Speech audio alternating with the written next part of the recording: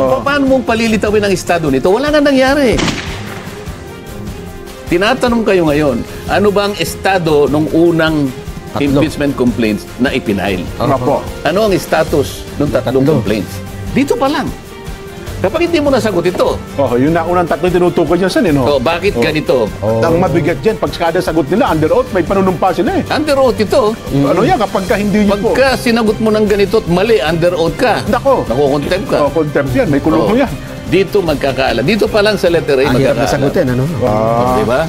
Yun na lang muna. Ay, nako. Sen, marami nag-request itong balikan natin yung hinihingi, ng paliwanag ng Supreme Court, kataas-taasang hukuman sa Kamara de Representante, Nason. Ito'y tinalakay natin noong nakaraang Biyernes. Diba? Sa halos lahat ng mga social media ay nag-viral po ito At pinick up na napakaraming mga influencers, Nason. Kasi bagong-bago, umuusok pa, kalalabas lang ng Supreme Court. Isang minuto pa lang ata nung binabanggit natin, Hindi pa natutuyo ang tinta.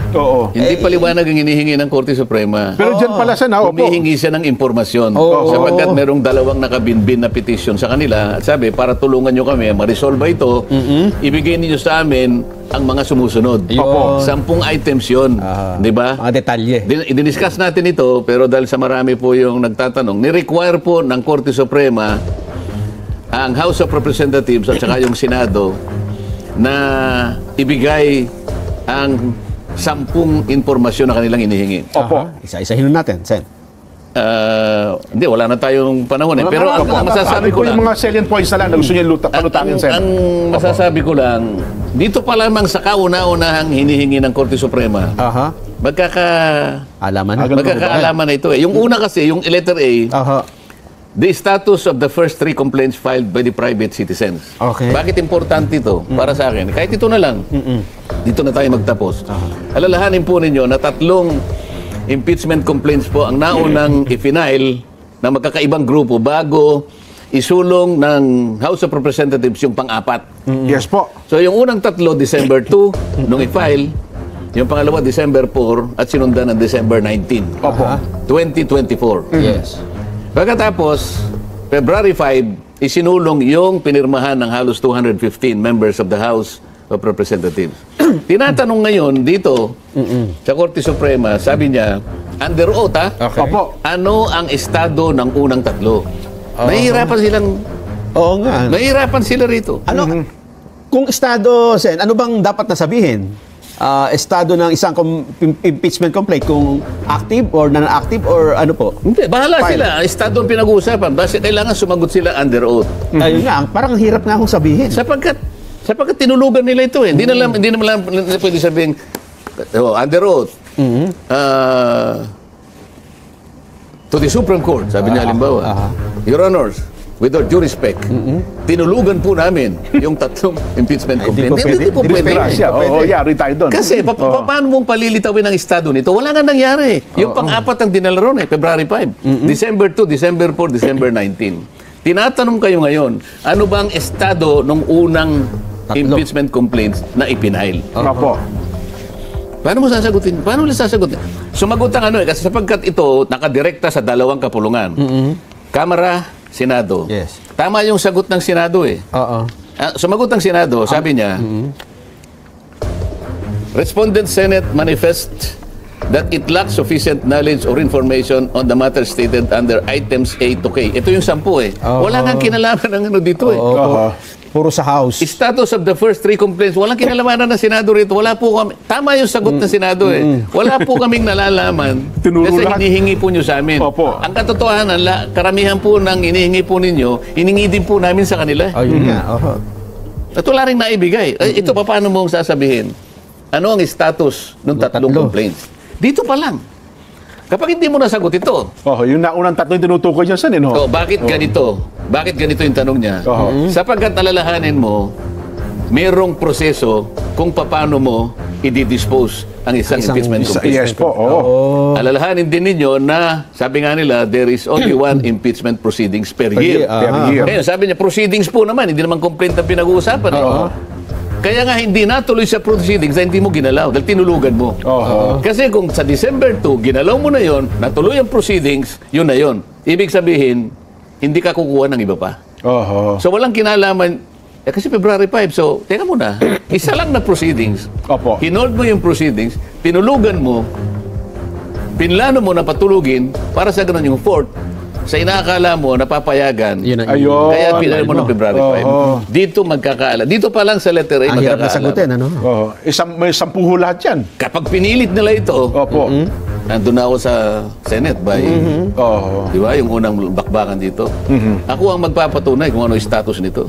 Anong tatlo? Oo, hindi ko muna sasabihin yun, secret. Naku. Di ba? Oo. Gusto, Naku. ayaw nyo sabihin kung ano yung estado, ako magsasabi kung ano yung estado. Di ba? O, yun na lang muna. Pero sa Senado niyo na po sasabihin. Totoo naman eh. Oo nga. Hawak ko naman ng record. Alalahanin nyo, congressman ako dati. Oo nga po, no? Oo nga. Oo. Oo. Hawak ko lahat, meron din akong kopya niyan. At ang mabigat dyan, pag kada sagot nila, under oath, may panunumpa sila eh. Under oath ito. Ano yan, kapag ka hindi niyo po. Pagka sinagot mo ng ganito at mali, under oath ka. Nako. Nakukontempt ka. Oh, contempt yan, may kulong Oo. yan. Senator judge ako, di ba? Kung matutuloy. Oho. Kung matutuloy. Opo. Hindi pero teka lang, Sen. Eh, Merong... di ba kanina? Opo. Mapakit ako rito, yung isang mga rami reporter dito, Opo. yung puro impeachment. Sabi ko, teka muna. Anong impeachment ang pinag-uusapan natin? Naku. Oh. Alam niyo, Sen, in fairness, marami na po ngayon ang nagma-mind conditioning sa Kamara, sa Senado, na para bagang may timetable na nasa, di ba? August 4. May August 4. Hindi yan matutuloy ng July 28, 29, marami kang hearing eh. August 4. Malamang August 4 yan. Magkakaalaman kami at sisimulan na ng Senado ang impeachment proceedings. Proceedings na po ang binabanggit. Ano, Sen, anong araw? August 4 daw po ang ina-expect nila na masisimulan ang impeachment proceedings. Eh sabi ng mga Amerikano, what the hell are you talking about? Ayun lang. Sabi nga nung AI, it's a strong word. Preposterous. Preposterous. Di ba? It's a Kasi strong Amerikano word. nagsabi, what the hell are you talking about? Doon tayo magsimula, yung salitang yun. Ayun, Hindi mo po pwede naman basta na lang gumawa ka ng August 4. Teka muna. Paano napunta ron? Oho.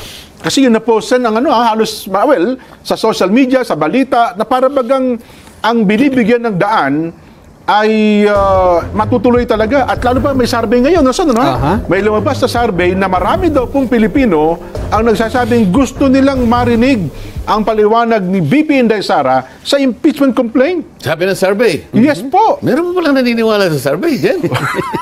Ako number 32 ako sa survey. Oo. Ha? Oho. Hindi ba pinag-usapan na natin, kayo pong mga survey companies, you will do well in doing surveys on Philippine products. Oho. Ginawa ko ng example ito. Ito talagang magagawa nila ito. And I think they have competence to do it. Tama Magsimula tayo sa bagong isda. Bago. Merong bagong munamo na pinoproduce sa Pangasinan. Pangasinan yan. Okay. Opo. Sarap niyan. May bagong balayan. Sa Batangas. Batangas. Opo.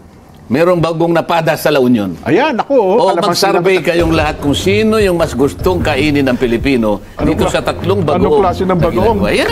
Yan na lang kayo. Pero para pakialaman pa ninyo kung ano yung naisip ng tao, political Opo. matters, wala na pong naniniwala sa inyo. Oho. Number 32 po ako. Ipinamukha po ninyo sa mga botante natin na hindi ako lalagpas sa 22.